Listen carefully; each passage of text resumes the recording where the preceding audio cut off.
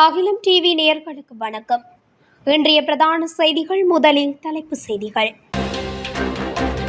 ஜனாதிபதியின் அடுத்த வெளிநாட்டு விஜயம் வெளியானது அறிவிப்பு. தமிழ் சிங்கள மொழி கற்கை குறித்து கட்டாயமாக்கப்படவுள்ள நடைமுறை. மின்னல் தாக்கம் தொடர்பில் சிவப்பு எச்சரிக்கை. அம்பிட்டிய சுமணரத்ன தேரர் கைது. நாட்டிற்கு இறக்குமதி செய்யப்பட்ட வாகனங்கள் குறித்து வெளியான தகவல். கேரளாவில் கொரோனாவால் 2 உயிரிழப்பு. சீனாவில் நிலச்சரிவுகள் 2 பேர் உயிரிழப்பு, 19 பேர் மாயம். பெண்களுடன் கைதான குழு சோதனையில் சிக்கிய பல மில்லியன் ரூபாய். ஆசிரியர்களுக்கு பிரதமர் வெளியிட்டுள்ள மகிழ்ச்சி தகவல். தொடர்பன விரிவான செய்திகள். ஜனாதிபதி அனுரகுமார திசாநாயக்கவின் அடுத்த வெளிநாட்டு பயணம் குறித்து வெளியுறவு அமைச்சர் வைத ஹேரத் அறிவிப்பொன்றை வெளியிட்டுள்ளார். அதன்படி ஜனாதிபதி எதிர்வரும் ஜூன் 10ஆம் தேதி ஜெர்மனிக்கு விஜயம் செய்ய உள்ளதாக தெரிவிக்கப்படுகின்றது. கொழும்பிலுள்ள பண்டார் நாயக்க சர்வதேச மாநாட்டு மண்டபத்தில் நடைபெற்ற நிகழ்வில் உரையாற்றும் போதே அமைச்சர் இதனை குறிப்பிட்டுள்ளார். அத்தோடு ஜெர்மனி பயணம் ஜனாதிபதியின் முதல் ஐரோப்பிய பயணமாக திட்டமிடப்பட்டுள்ளது. ஜனாதிபதி தனது முதல் வெளிநாட்டு பயணமாக இந்தியாவிற்கும் பின்னர் சீனாவிற்கும் பின்னர் ஐக்கிய அரபு எமிரேட்ஸுக்கும் விஜயம் செய்தமை குறிப்பிடத்தக்கது. 6ஆம் வகுப்பு முதல் 9ஆம் வகுப்பு வரையிலான சிங்கள மாணவர்கள் தமிழை 2வது மொழியாகவும், தமிழ் மாணவர்கள் சிங்களத்தை 2வது மொழியாகவும் கற்க வேண்டியது கட்டாயமாக்கப்பட உள்ளதாக கல்வி அமைச்சு தெரிவித்துள்ளது. இன்றைய தினம் நாடாளுமன்றத்தில் உரையாற்றும் போதே அவர் மேற்கண்ட விடயம் தொடர்பில் குறிப்பிட்டுள்ளார். அதன்படி 6ஆம் வகுப்பு முதல் 9ஆம் வகுப்பு வரையிலான தமிழ் மாணவர்கள் சிங்கள மொழியை 2ஆம் மொழியாக கற்க வேண்டும்.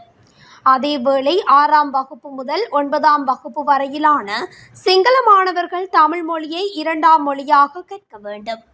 இதற்கமைய ஆசிரியர்களுக்கு குறித்த மொழிகளை கற்பிக்க பயிற்சி அளிக்கப்படும் வரை இந்த திட்டம் ஒரு முன்னோடி திட்டமாக மேற்கொள்ளப்படும் என்று அவர் குறிப்பிட்டுள்ளார். கடுமையான மின்னல் தாக்கம் தொடர்பில் 4 மாவட்டங்களுக்கு வளிமண்டலவியல் திணைக்களம் சிவப்பு எச்சரிக்கை விடுத்துள்ளது. அதன்படி ஊவா மாகாணம், மட்டக்களப்பு மற்றும் அம்பாறை மாவட்டங்களில் இன்று கடுமையான மின்னல் தாக்கம் ஏற்படுவதற்கான வாய்ப்பு உள்ளதாக சுட்டிக்காட்டப்பட்டுள்ளது. இன்று இரவு 11 மணி வரை நடைமுறையில் உள்ள இந்த எச்சரிக்கையின்படி 21 மாவட்டங்களுக்கு மின்னல் எச்சரிக்கை விடுக்கப்பட்டுள்ளது. இதேவேளை இன்று மேல் சபரகமுவ, வடமேற்கு மற்றும் மத்திய மாகாணங்களிலும் காலி மற்றும் மாத்தறை மாவட்டங்களிலும் அவ்வப்போது மழை அல்லது இடியுடன் கூடிய மழை பெய்யக்கூடும் என்று வளிமண்டலவியல் திணைக்களம் எதிர்வு கூறியுள்ளது. இந்த காலகட்டத்தில் மின்னல் தாக்கத்தால் ஏற்படும் சேதங்களை குறைக்க பொதுமக்கள் போதுமான முன்னெச்சரிக்கை நடவடிக்கைகளை எடுக்குமாறு கேட்டுக்கொள்ளப்படுகிறார்கள்.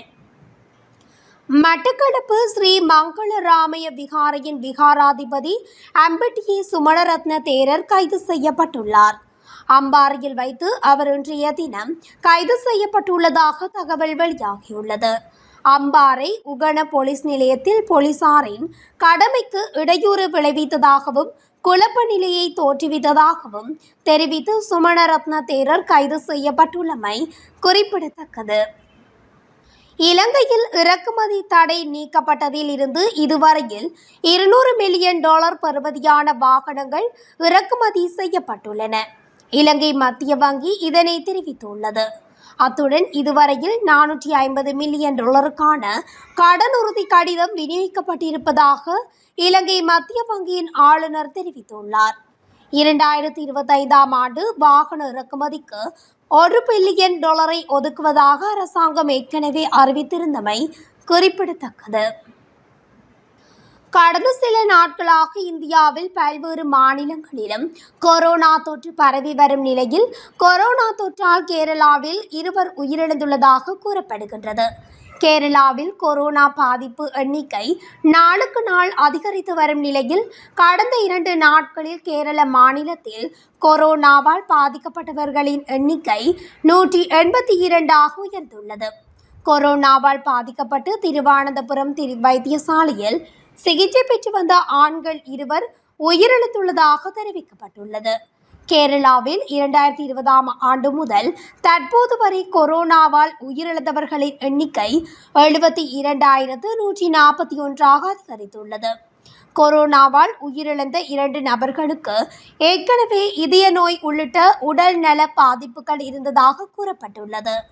அதேவேளை கொரோனா பரவல் குறித்து பொதுமக்கள் அச்சம் கொள்ள தேவையில்லை என கேரள சுகாதாரத்துறை தெரிவித்துள்ளது. சீனாவின் தென்மேற்கு மாகாணமான குய்ஷோவில் வியாழக்கிழமை ஏற்பட்ட நிலச்சரிவுகளில் 2 பேர் உயிரிழந்துள்ளனர். 19 பேர் மாயமாகியுள்ளனர். இதுகுறித்து அதிகாரிகள் கூறியதாவது, பீஜி நகரில் உள்ள டாஃபாங் மாவட்டத்தின் ஷாக்சி மற்றும் குவாவா நகரங்களில் தனித்தனியாக 2 நிலச்சரிவுகள் ஏற்பட்டன. இதில் சாக்சியில் ஏற்பட்ட நிலச்சரிவில் 2 பேர் உயிரிழந்தனர். குவாவோவா நகராட்சியில் 19 பேர் மாயமாகியுள்ளனர். தேசிய பேரிடர் மேலாண்மை அமைப்பு 2 சம்பவ பகுதிகளிலும் மீட்பு நடவடிக்கைகளை மேற்கொண்டு வருகிறது என்று அதிகாரிகள் தெரிவித்துள்ளனர். இந்த நிலச்சரிவுகளால் ஏற்பட்டுள்ள நிலவியல் பாதிப்புகள் குறித்து ஆய்வு செய்யவும் மேலும் பாதிப்புகள் ஏற்படுவதை தடுப்பதற்கான முன்னெச்சரிக்கை நடவடிக்கைகள் மேற்கொள்ளவும் உள்ளூர் அதிகாரிகளுக்கு உத்தரவிடப்பட்டுள்ளதாக ஜுன்கியூவா செய்தி நிறுவனம் தெரிவித்துள்ளது. போதைப்பொருள் விற்பனை மூலம் ஈட்டப்பட்டதாக கூறப்படும் 18 மில்லியன் ரூபாயுடன் சந்தேக நபர்கள் 6 பேர் கைது செய்யப்பட்டுள்ளனர். சிலாபம் துடுவாவ பகுதியில் வைத்து குறித்த 6 பேரும் கைது செய்யப்பட்டுள்ளனர். கைதாகியவர்களில் பெண்கள் 2 அடங்குவதாக போலீசார் இதன்போது தெரிவித்துள்ளனர். நாட்டில் உள்ள தேசிய கல்வியற் கல்லூரிகளுடன் ஆசிரியர் பயிற்சி கல்லூரிகளையும் இணைத்து பயிற்சிகளை வழங்குவதற்கு திட்டமிட்டுள்ளதாக பிரதமரும் கல்வி உயர்கல்வி அமைச்சருமான ஹரணி அமரசூரிய தெரிவித்துள்ளார். நாடாளுமன்றத்தில் நேற்று வாய்மூல விடைக்கான கேள்வி நேரத்தில் தேசிய மக்கள் சக்தியின் நாடாளுமன்ற உறுப்பினர் ரஜீவன் ஜெயச்சந்திரமூர்த்தி எழுப்பிய கேள்வியொன்றுக்கு பதிலளிக்கும் போது பிரதமர் இவ்வாறு குறிப்பிட்டுள்ளார்.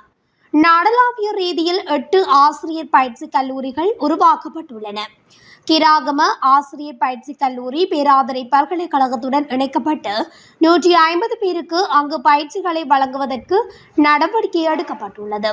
தொடர்ச்சியான ஆசிரியர் பயிற்சி மூலம் அவர்களது திறமையை அபிவிருத்தி செய்வதற்கு இந்த வருடத்தில் விசேட திட்டங்களை நடைமுறைப்படுத்த நடவடிக்கை எடுக்கப்பட்டுள்ளது.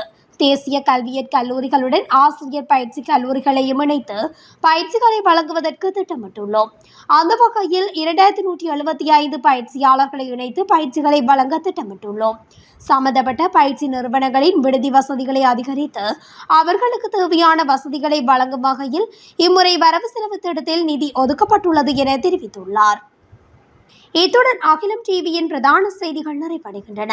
தொடர்ச்சியாக செய்திகளை அறிந்து கொள்ள அகிலம் டிவி ஊடகத்துடன் இணைந்திருங்கள். நன்றி, வணக்கம்.